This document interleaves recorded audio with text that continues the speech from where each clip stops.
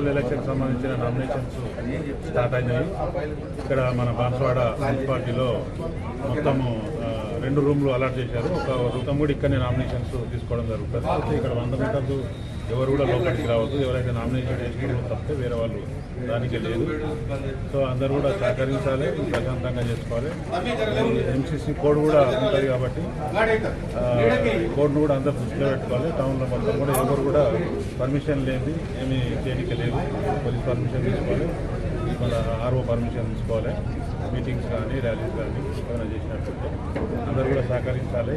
ఈ municipal elections ప్రశాంతంగా చేసుకోవాలని చెప్పి అందరితో ఎలక్షన్ సంబంధించి ఎస్ఎస్సీ టీమ్స్ ఉన్నాయి, ఎఫ్ఎస్సీ టీమ్స్ ఉన్నాయి. ఎవరు కూడా 50,000 కంటే ఎక్కువ అమౌంట్ పెట్టుకొని ఉండవద్దు.